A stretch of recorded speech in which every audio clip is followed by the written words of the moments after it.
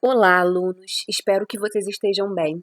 Hoje nós vamos falar sobre o capítulo 20, texto legal. Eu farei até a questão, a gente tem um textinho, né? Vou lê-lo, vou comentá-lo. Vou fazer com vocês até a questão 6 e a professora Nath vai continuar, tá bom? Então, capítulo 20, texto legal. Os textos que você lerá a seguir são trechos do diário de uma menina de 11 anos que presenciou um tempo de guerra em seu país. Confira. Segunda-feira, 29 de junho de 1992. Querida Mimi, não aguento mais tiros de canhão, não aguento mais granadas caindo, nem mortos, nem desespero, nem fome, nem felicidade, nem medo. Minha vida é isso. Não se pode criticar uma estudante inocente de 11 anos de idade por estar vivendo. Uma estudante que não tem mais escola, que não tem mais nenhuma alegria, nenhuma emoção de estudante. Uma criança que não brinca mais, que ficou sem amigas, sem sol, sem pássaros, sem natureza, sem frutas, sem chocolate, sem balas, só com um pouquinho de leite em pó. Uma criança que, em resumo, não tem mais infância. Uma criança da guerra. Agora percebo mesmo que estou no meio da guerra, que sou testemunha de uma guerra suja e nojenta. Eu e também os milhares de outras me perdi.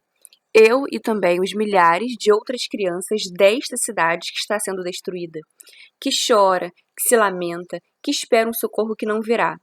Meu Deus, será que algum dia isso vai chegar ao fim? Será que eu vou poder voltar a ser estudante, voltar a ser uma criança feliz por ser criança? Ouvi dizer que a infância é a época mais linda da vida. Eu estava feliz de viver minha infância, mas essa guerra me tomou tudo. Por quê? Estou triste. Estou com vontade de chorar. Estou chorando. Temos um outro relato de um outro dia.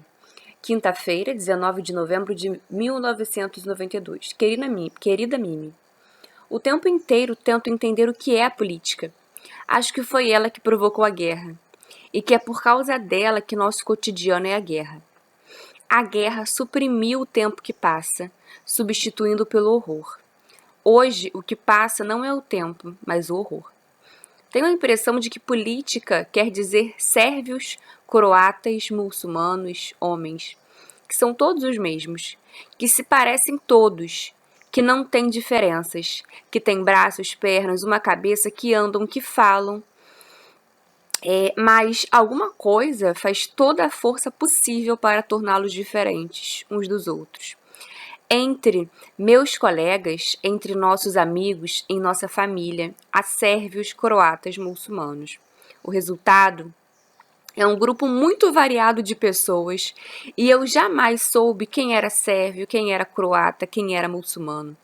Hoje, a política enfia o nariz na história toda. Marcou os sérvios com S, os muçulmanos com M e os croatas com C. A política quer separá-los. Por que a política nos deixa infelizes? Por que ela quer nos separar se sozinhos sabemos o que é bom e o que não é? Os bons são nossos amigos, os maus não. Entre os bons há sérvios, croatas e muçulmanos. E entre os maus, os primeiros são tão numerosos quanto os segundos e os terceiros. Está bem, não entendo nada, é verdade que sou pequena, que a política é coisa dos grandes. Mas mesmo assim, tenho a sensação de que os pequenos iam saber fazer política melhor que os grandes. Com certeza, a gente não teria optado pela guerra. Mimi, eu podia dizer tudo isso. Você vai entender. Ainda bem que tenho você. Você que posso escrever para você. Não, peraí. Você vai entender. Ainda bem que tenho você, que posso escrever para você. Então, gente, temos aí 2 textos fortes, né? E vamos continuar. Então, vamos aos exercícios. Questão 1. Como diário, o texto deixa bem demarcada a época em que foi escrito. Quando isso aconteceu? No ano de 1992, quando se deu o cerco de Sarajevo. No início de cada relato, registra-se segunda-feira, 29 de junho de 1992, e quinta-feira, 19 de novembro de 1992. A guerra em Sarajevo ocorreu entre 1992 e 1996. Quem escreve o diário? Que idade tinha ao redigir esses relatos? Quem escreve é Zlata Filipovic, acho que é assim que se fala, uma menina de 11 anos. É comum que alguns escritores de diários inventem um apelido, um nome para personificar o diário com quem conversam diariamente. Então, o que é personificar? É dar vida. Então, é comum que alguns escritores de diários inventem um apelido, um nome, para dar vida, né? Ou seja, que nome esse diário recebe? Mime, né? Mime ou Mimi? Qual a importância de atribuir um nome a um diário? Personificando o objeto, a relação pode se tornar mais íntima e pessoal. Então, quando você dá vida ao diário, quando você escreve como se você estivesse escrevendo para alguém, você torna essa escrita mais pessoal, uma escrita mais íntima, né? Questão 4. Nas primeiras frases do primeiro relato, usaram-se letras maiúsculas e muitas exclamações. Que efeito esse recurso de estilo gerou sobre o texto? Em seu relato, então, gente, o que aconteceu, né? O que essa letra maiúscula quis dizer? A letra maiúscula, ela destaca a escrita, revelando o desespero da autora, como se ela gritasse por socorro. Mostra o desespero, mostra a sensação de desespero da menina, né? A gente vê isso ao longo do texto, que o tempo não está passando, o que está passando é o horror, né? Não no sentido de passar, como se fosse acabar, mas é como se não existisse o hoje, o amanhã, o semana que vem, só existisse a guerra, né? Em seu relato, a menina fala das transformações que aconteceram em sua vida. Que evento provocou essas transformações? Hein, gente? Então, olha só. Qual foi o evento que provocou essas transformações? Essa questão, gente, em seu relato já é a questão 5, tá? Eu vou colocar aqui o númerozinho. Em seu relato, a menina fala das transformações que aconteceram em sua vida.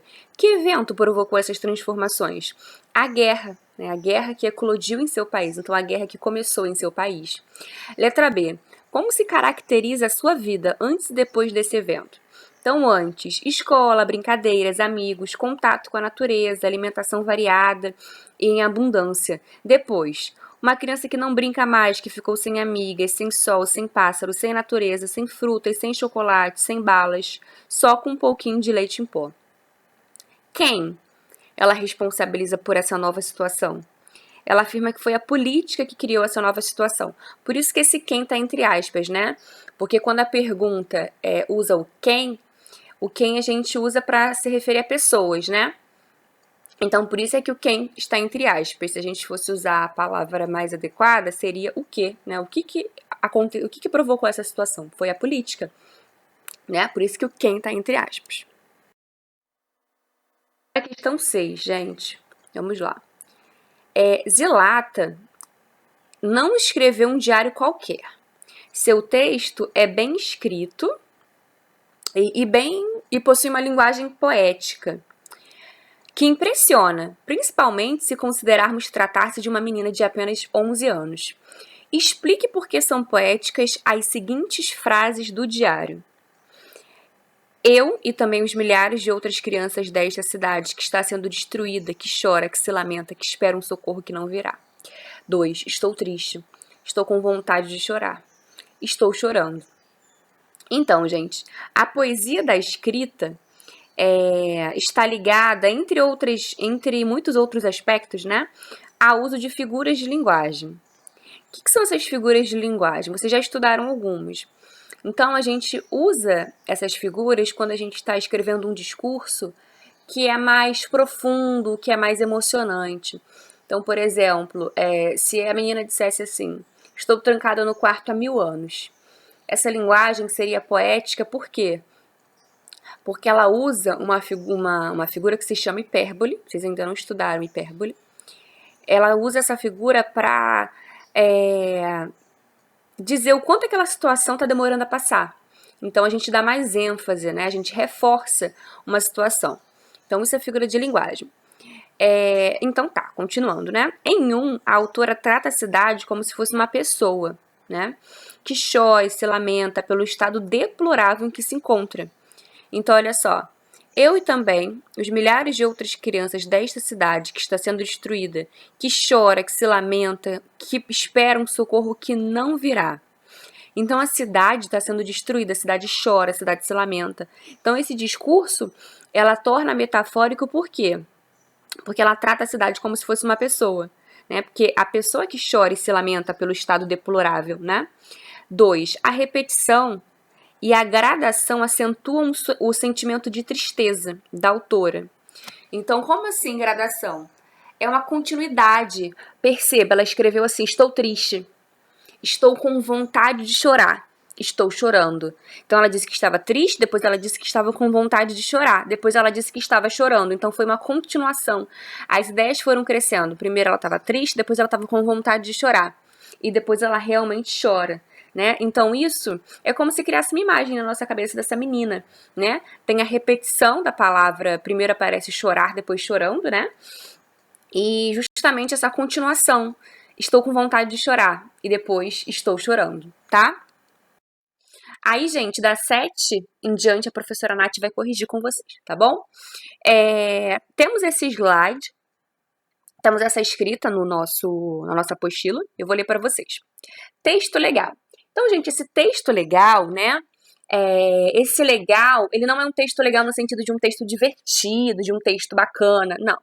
É legal que está relacionado aos direitos, né?